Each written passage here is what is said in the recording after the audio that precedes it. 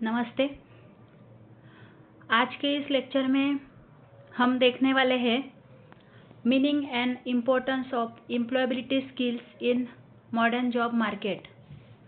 So everyone has question why to learn and for what to learn. मतलब हम कुछ भी चीज़ें सीखते हैं तो हमें मन में सवाल तो ज़रूर आता है कि हमें ये सीखना क्यों है और इसका यूटिलाइजेशन कहाँ है और इसका बेनिफिट्स हमें क्या मिलने वाला है। तो इसी के बारे में हम आज सीखेंगे। So first, employability skills. तो एम्प्लॉयबिलिटी स्किल्स क्या होते हैं कि हमें स्किल्स ऐसे एक्वायर करना है कि हमें ज़िंदगी में आगे बढ़ने के लिए और हमारा करियर डेवलपमेंट के लिए बहुत ज़रूरी है। एक सिंपल वर्ड्स में देखा जाएगा तो एक सक्सेसफुल एम्प्लॉय जो होता है वर्किंग एनवायरनमेंट में, उसके पास में क्या क्या एबिलिटीज़ होनी चाहिए, ये सब आता है एम्प्लॉयबिलिटी स्किल्स में। तो एम्प्लॉयबिलिटी स्किल्स की ज़रूरत हमें इसलिए होती है कि हमें स्किल्स सीखने हैं, हमें अच्छे तरह से जॉब मिलेगा एम्प्लॉयबिलिटी स्किल्स के बेसिस पे, और हमें जो जॉब मिला है उसमें हम ग्रोथ करेंगे और हमारा करियर डेवलप भी होगा। क्योंकि जब हम किसी भी इंडस्ट्री में, किसी भी वर्किंग एनवायरनमेंट में काम करते हैं तो हमें टेक्निकल नॉलेज भी रहता है और हम काम भी बहुत अच्छे से कर लेते हैं। लेकिन कभी कभी क्या होता है कि हमें स्किल्स ना होने से हम हमारा नॉलेज एक्सप्रेस नहीं कर पाते हैं। तो मतलब स्किल्स अगर सिंपल वर्ड में देखा जाए तो मैं तो ये बोलूँगी कि ये स्किल्स भी हमारे लिए एक ऑब्स्टेकल है हमारे करियर ग्रोथ के लिए। तो इसीलिए हमें एम्प्लॉयबिलिटी स्किल्स सीखने हैं। तो इसमें बहुत सारे स्किल्स आते हैं जो हमें डेवलपमेंट के लिए सपोर्ट करते हैं, और ईच एंड एवरी स्किल्स हमें कुछ ना कुछ सीखने को मिलता है और हम डे टू डे लाइफ में यूटिलाइज करते हैं। तो जैसे कि ये स्किल्स हमने सीख लिए, सिर्फ हमने इसको जान लिया कि ये स्किल्स क्या होता है, वो स्किल क्या होता है, और लेकिन हम उसका यूटिलाइजेशन नहीं कर रहे हैं, तो वो स्किल्स का कोई बेनिफिट्स नहीं है हमारे लिए। तो हमें क्या करना है कि ये स्किल्स सीखना भी है और सीखते सीखते उसको यूटिलाइज भी करना है। तो जैसे कि मैंने बताया कि employability skills are the skills required to get job, keep and grow in job. मतलब हमें जॉब मिलने में भी उसकी हेल्प होगी और हमें ग्रो करना है उसके लिए भी। तो हम अब देखेंगे कि एम्प्लॉयबिलिटी स्किल्स क्या क्या होते हैं, उसके टाइप्स क्या होते हैं। तो एम्प्लॉयबिलिटी स्किल्स में आते हैं communication skills, team work, problem solving, time management, positive attitude. तो इसमें आप देखो कि सबसे पहला आता है स्किल्स कम्युनिकेशन स्किल। बिकॉज हमारे पास बहुत नॉलेज होता है, लेकिन हम जब वर्किंग एनवायरनमेंट में जाते हैं, किसी हायर अथॉरिटी से मिलते हैं, तो उस टाइम में हमें उनसे बात ही नहीं करते आती। तो उसका एक वजह ऐसी भी होती है कि हमारे पास में कॉन्फिडेंस नहीं रहता है। तो कॉन्फिडेंस नहीं है मतलब क्या, हमारे में वो स्किल्स नहीं डेवलप हुआ है, कम्युनिकेशन स्किल। तो कम्युनिकेशन देखा जाए तो सिंपल डेफिनेशन में क्या होता है कम्युनिकेशन, तो exchange of information from one place to another place through the different medium. तो कम्युनिकेशन स्किल में क्या होता है कि हमारे पास जो इंफॉर्मेशन है वो एक दूसरे से शेयर करना है, और सामने वाले पास जो भी इंफॉर्मेशन है वो इंफॉर्मेशन भी हमें समझना है, वो अच्छी से लिसन करना है, अंडरस्टैंड करना है। क्योंकि communication is a two way process. अगर आप किसी से बात कर रहे हो तो आप अकेले ही बात कर रहे हैं और सामने से आपको कुछ रिस्पॉन्स ही नहीं आ रहा है, तो उसका कोई मतलब नहीं है ना। तो कम्युनिकेशन ये टू वे प्रोसेस है कि हम जो भी बात बोले वो बात हमारे सामने जो है उसको समझ में आनी चाहिए, और उसका इंटरप्रिटेशन बहुत अच्छी तरह से होना चाहिए। ये सारा आता है कम्युनिकेशन स्किल में। तो हम जब वर्किंग एनवायरनमेंट में जाते हैं तो ऐसे नहीं है कि एक दूसरे के सामने खड़ा होके ही हम बात कर सकते हैं। तो कम्युनिकेशन का मीडियम जो रहता है वो डिफरेंट तरीके से होता है। जैसे अब फॉर एग्जांपल हम कंपनी का लिए तो उसमें क्या होता है कि कभी कभी हम ईमेल राइटिंग करते हैं, मतलब हमारी रिक्वायरमेंट क्या है, हमारी प्रायोरिटी क्या है, उसके बेसिस पे हम मीडियम यूज़ करते हैं। तो हम जो कंपनी में जो डॉक्यूमेंटेशन या जो कम्युनिकेशन करते हैं वो mostly in the form of male होता है, कभी कभी वो रिटर्न कम्युनिकेशन भी होता है। तो ये सारे आता है कि कम्युनिकेशन के टाइप्स। तो हमें क्या करना है कि एक दूसरे से हम जब बात करते हैं तो हमारा प्रॉपर क्लैरिफिकेशन होना चाहिए, हमारे पास में कॉन्फिडेंस होना चाहिए। अगर आपके पास में कॉन्फिडेंस नहीं है तो आप अच्छी से बात नहीं कर पाओगे। और हमारा कॉन्फिडेंस और हमारा कम्युनिकेशन स्किल बताता है कि ये आदमी को क्या समझ में आया है, क्या नहीं समझ में आया है। बाद में आता है टीम वर्क। तो देखो, टीम वर्क तो कैसे, अकेला आदमी तो कुछ काम नहीं कर सकता है किसी भी, हर एक फील्ड में हम जब जाते हैं तो हम एक अकेले कुछ भी काम नहीं कर सकते हैं। तो हमें क्या होना चाहिए कि हमें टीम वर्क होना चाहिए। सो अगर हम टीम में काम करते हैं, मतलब अकेले काम करते हैं, तो हमें उतना एक्सपीरियंस नहीं रहता है, इतना नॉलेज नहीं रहता है। अगर हम एक एग्जाम्पल लिए, सपोज स्कूल का एग्जाम्पल लिया, तो स्कूल में क्या करते हैं कि टीचर जो लोग हैं वो अकेला एक टीचर कुछ नहीं कर पाएगा। तो कैसे रहता है कि मतलब नंबर ऑफ टीचर्स एक साथ में मिलके काम करते हैं, मतलब पढ़ाने का काम तो अकेला टीचर ही करेगा, लेकिन जो उनकी रिस्पॉन्सिबिलिटी रहती है, मतलब कोई प्रोग्राम कंडक्ट करना है तो उसके लिए सारे मिलजुल कर करें तो सारे के आइडियाज शेयर होते हैं। मतलब हर एक के पास में डिफरेंट नॉलेज है, डिफरेंट स्किल सेट है। सो अगर हम टीम में काम करेंगे तो हमारा काम उतना ही इफ़ेक्टिव होने वाला है, और वो जो काम हमारा इफ़ेक्टिव होने वाला है उसका आउटपुट हमें बहुत अच्छा मिलेगा विथ इफ़िशियंसी एंड क्वालिटी। तो कंपनी के इन्वायरमेंट में भी वही है, अगर हम टीम में काम करेंगे तो हर एक के पास जो स्किल्स है वो स्किल्स भी हमें सीखने को मिलेंगे, और हमारा जो डिफ़िकल्ट वर्क था वो हम टीम में करेंगे तो वो हमारा वर्क जो है वो इजी हो जाता है। बाद में आता है प्रॉब्लम सॉल्विंग। और हमें कुछ भी प्रॉब्लम आए तो अगर हमारे पास में ये स्किल्स है कि सपोज मान लो आपको काम करते करते कुछ प्रॉब्लम आ गया, तो आप ये नहीं सोचोगे कि मुझे कोई बताएगा या नहीं बताएगा। तो आपको करना क्या है कि आपको अगर जिस टाइम पे आपको प्रॉब्लम आया तो उस टाइम में आपको किसी के साथ कम्युनिकेशन करना है। वो हमारी जो टीम है वो टीम के साथ में डिस्कस करना है कि मुझे ये तरीके का प्रॉब्लम आ गया है, तो ये प्रॉब्लम मैं कैसे सॉल्व करूँ। अगर आप ये किसी को बताएंगे नहीं तो आप वहाँ पे रुक जाओगे, मतलब वो आप खुद ही स्टॉप हो जाएंगे, और आप आगे वाला जो प्रोसेस है वो भी खुद स्टॉप हो जाएगा। इसलिए आप में क्या स्किल होनी चाहिए, प्रॉब्लम सॉल्विंग। मतलब कोई भी हमें डिफ़िकल्टी आने दो, हम उसको अच्छी तरह से करेंगे। फिर बाद में आता है टाइम मैनेजमेंट। तो देखो, टाइम मैनेजमेंट ये सबसे ज़्यादा इम्पोर्टेंट है हमारे लाइफ में। मतलब सुबह से हम उठते हैं तो रात तक बेड पे जाते हैं, तब तक हमारा टाइम जो है वो अच्छी तरह से उसका मैनेजमेंट होना बहुत ज़रूरी है। Because if we want to achieve some goal in life then you need time management.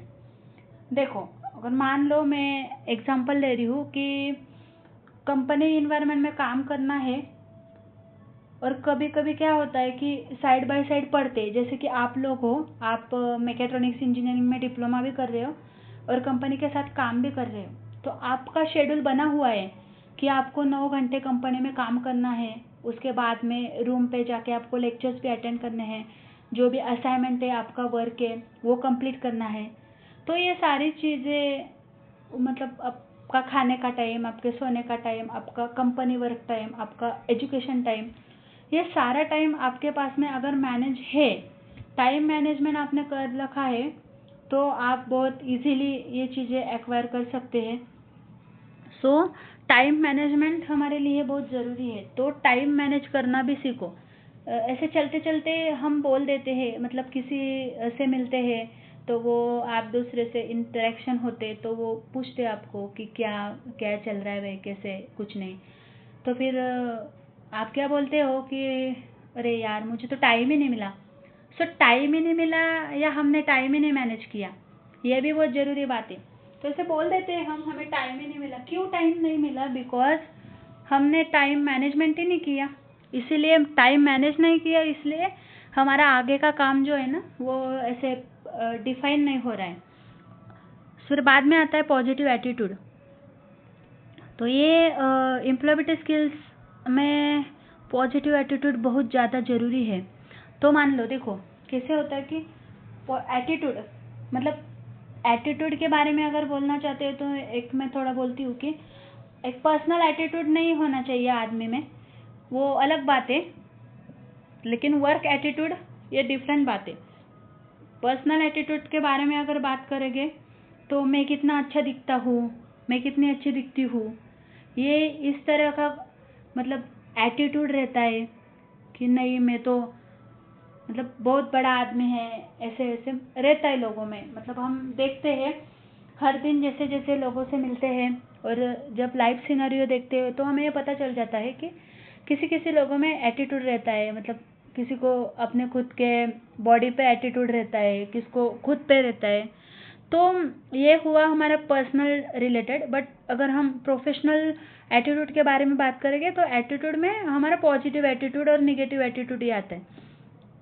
तो अभी आप सोचोगे कि पॉजिटिव एटीट्यूड और निगेटिव एटीट्यूड ये चीज़ क्या है? तो पॉजिटिव एटीट्यूड मीन्स हमें बहुत अच्छी से ग्रो करना है, मतलब जो भी हमें रिस्पॉन्सिबिलिटी दी गई है वो अच्छी से हम करेंगे। और वो रिस्पॉन्सिबिलिटी के साथ में हमारा एटीट्यूड भी ऐसा होना चाहिए कि हमें जो भी काम दिया गया है वो हम खुद से अच्छे से काम करेंगे और उसका आउटपुट के बारे में भी सोचेंगे, उसके क्वालिटी के बारे में सोचेंगे। ये हो रहा है सब पॉजिटिव एटीट्यूड के बारे में। तो देखो ये कम्युनिकेशन स्किल्स के बारे में अगर सोचेंगे तो कम्युनिकेशन स्किल कहाँ कहाँ हमें ज़रूरी पड़ता है। तो रिसर्च फील्ड में, जैसे लीडरशिप में, देखो मान लो एक सुपरवाइज़र है, वो 10-15 लोगों की टीम को हैंडल करता है। तो वो ऐसे ही नहीं हैंडल करता है, उसने वो स्किल सीखा है और हर एक दिन वो अपना स्किल यूटिलाइज करने जा रहा है। मतलब managing people it's not a simple things, because जब हम 4 लोगों से मिलते हैं, 5 लोगों से मिलते हैं, तो सबके प्रॉब्लम्स को सुनना, उस पर एनालाइज करना, उसके सॉल्यूशन देना, तो ये सारी चीज़ें आती है। जब आपके पास में इफेक्टिव कम्युनिकेशन है तो तभी ही आप वो कर पाओगे। बाद में आता है कि अपना कम्युनिकेशंस के बारे में अगर सोचे तो ये critical thinking and problem solving, मतलब ये बहुत ज़रूरी है कि हमने जो भी सीखा है उसके ऊपर हम थिंक करेंगे और जो भी प्रॉब्लम्स हमारे पास में आ रहा है, हमारे साथ में आ रहा है, तो वो प्रॉब्लम का हम सॉल्यूशन निकालेंगे। तो ये हो गया सब इम्पोर्टेंस के बारे में और उसके टाइप्स के बारे में। हम आगे जाएंगे। देखो मैंने पहले बताया है कि जैसे कम्युनिकेशन हमारे पास में होना चाहिए, वो बहुत ज़रूरी है। तो आपके इन्फॉर्मेशन के लिए ये बताना चाहूँगी कि कम्युनिकेशन ये जो वर्ड है वो लैटिन वर्ड से आया है, कम्युनिकेयर। उसका मीनिंग होता है शेयर, सिंपल वर्ड में। सो ये जो हम कम्युनिकेशंस करते हैं एक दूसरे से, वो वर्बल भी होता है, रिटन इंटरेक्शन होता है। जैसे मैंने पहले बताया कि हम मेल भी यूज़ करेंगे, कभी face to face communication use करेंगे, कभी कुछ डॉक्यूमेंटेशन यूज़ करेंगे। तो ये सारी चीज़ें कम्युनिकेशन में आती है। तो इसमें बहुत इम्पोर्टेंट पार्ट है एक्टिव लिसनिंग। मतलब हम एक दूसरे से जब कम्युनिकेट करते हैं तो हम में गुड लिसनर होना भी बहुत ज़रूरी है।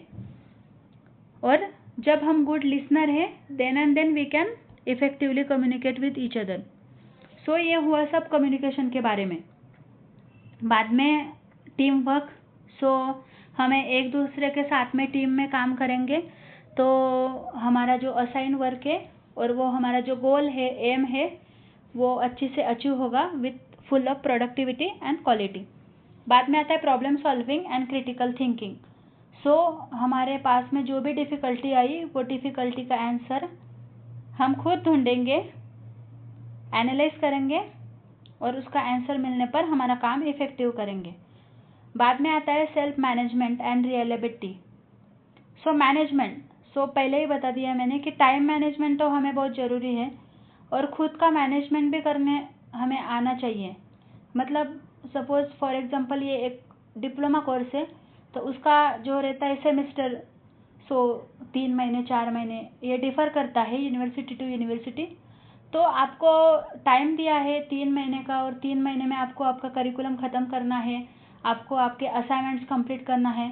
तो खुद को आपको सेल्फ मैनेजमेंट होना बहुत ज़रूरी है। बिकॉज आपके पास अगर मैनेजमेंट है तो आप बहुत अच्छी से आपका टारगेट जो है वो अचीव कर लेंगे और आपको डेडलाइन तक वेट नहीं करना पड़ेगा कि कोई मुझे ट्रिगर करेगा, नहीं ये करो वो करो। मतलब ये वो दिन हमें देखना ही नहीं पड़े जब हम सेल्फ मैनेजमेंट करते हैं। तो बाद में आता है एडेप्टेबिलिटी। एडेप्टेबिलिटी का मैं एक एग्जांपल बताऊंगी। मानो कि एक प्रोडक्शन कंपनी है, उस कंपनी में मार्च महीने में ज़्यादा टारगेट निकालना है बिकॉज कस्टमर की डिमांड जो है वो ज़्यादा है। तो कभी कभी क्या होता है कि कुछ इमरजेंसी की वजह से कभी कभी एम्प्लॉयज़ कम होते हैं, मतलब सिनेरियो इन्वायरमेंटल सिनेरियो भी कभी कभी आते हैं। तो कभी कभी जो आदमी मतलब हर दिन जो काम करता है तो उस आदमी को दूसरे लाइन पे दूसरे प्लांट पे अपॉइंट कर दिया जाता है because of only priority of the project. तो आपको अगर किसी रिस्पॉन्सिबिलिटी आपको दी गई तो वो रिस्पॉन्सिबिलिटी आपको हैंडल करती आनी चाहिए। ऐसे नहीं कि आप रोज जो काम कर रहे हैं वही काम आपको हर दिन करना है, ऐसे नहीं। तो वो होता है फ्लेक्सिबिलिटी। मतलब आपको जो भी काम दिया जाए वो काम आप फ्लेक्सिबिलिटी से करते आना चाहिए। बाद में आता है डिजिटल लिटरेसी। हम लोग इस मॉडर्न लाइफ में हैं तो इसमें हमें डिजिटल लिटरेसी होना बहुत ज़रूरी है। बिकॉज अभी तो हम देखते हैं कि सारी चीज़ें ऑनलाइन हो चुकी हैं, पेमेंट भी ऑनलाइन हो रहा है, कम्युनिकेशन मीडिया भी ऑनलाइन हो रहा है, फिलहाल तो लर्निंग प्लेटफॉर्म भी सारे ऑनलाइन हैं। तो जैसे जैसे हम जी रहे हैं वैसे वैसे हमें डिजिटल लिटरेसी भी बहुत ज़रूरी है। बिकॉज टेक्नोलॉजी का अवेयरनेस भी हमें आना चाहिए। बिकॉज टेक्नोलॉजी की वजह से क्या हो रहा है, हमारा वर्क जो है वो इफेक्टिव हो रहा है और हमारा टाइम भी सेव हो रहा है, हमें मैक्सिमम प्रोडक्टिविटी भी मिल रही है। डिजिटल लिटरेसी भी हमें उतनी ही ज़रूरी है। बाद में आता है इमोशनल इंटेलिजेंस। तो ये सबसे बहुत इम्पोर्टेंट एम्प्लॉयबिलिटी स्किल्स है, managing one's own emotion and understanding others. For example आप कार इंडस्ट्री में काम कर रहे हो, कभी कभी क्या होता है कि सुपरवाइज़र मतलब आपकी कुछ गलती की वजह से बहुत इश्यूज आ जाते हैं और आपने मानो एक सिंपल गलती कर दी और सुपरवाइज़र ने आपको डांट लिया कि ये ऐसे नहीं होना चाहिए था, इसकी वजह से बहुत प्रॉब्लम हो रही है, इसकी वजह से आगे का सारा प्रोसेस जो है उसमें प्रॉब्लम आ रही है। तो क्या होता है कि हमें अगर हमारे इमोशंस पे कंट्रोल नहीं है तो हम क्या करोगे कि सुपरवाइज़र से झगड़ा करोगे, उल्टा सिल्टा बोलोगे। तो ये इमोशनल इंटेलिजेंस के बारे में आता है कि आपको आपकी इमोशन जो है वो अच्छी तरह से कंट्रोल करते आनी चाहिए। नहीं तो ऐसे नहीं है कि नहीं ये तो मुझे उसने डांट दिया, अब देखो मैं क्या करता हूँ, ऐसे वैसे। मतलब ये सारी सिनेरियो हम देखते हैं, मतलब ये ऐसे होता है कि नहीं उन्होंने मुझे डांटा, बट यानी कि क्या करो उसके पीछे की वजह समझो, उसके वजह क्या है, पॉजिटिव एटीट्यूड का स्किल वहाँ यूज़ करो कि नहीं मैंने सच में मैंने ये गलती करी है, इसके वजह से ये सारा डिस्टर्ब हो गया है। तो ये अंडरस्टैंड करो एक्चुअल में क्या हो रहा है। आपको आपकी इमोशंस पे कंट्रोल करते आना चाहिए। बाद में आता है इनिशिएट एंड मोटिवेशन। जब हम किसी वर्क इंडस्ट्री में जाते हैं तो कभी कभी क्या होता है कि हमें कुछ पता नहीं रहता है, कभी कभी हमें ट्रेनिंग्स भी नहीं मिलती है। तो आप खुद इनिशिएट करो और खुद को मोटिवेट करो। आप अगर खुद में इनिशिएट हो गए तो आपको बहुत ज़्यादा चीज़ें सीखने को मिलेगी। मानो कि आप किसी प्रोडक्शन कंपनी में जा रहे हो, तो आप अंडरस्टैंड करो कि ये मशीन का वर्क क्या होगा, मतलब खुद से पूछो।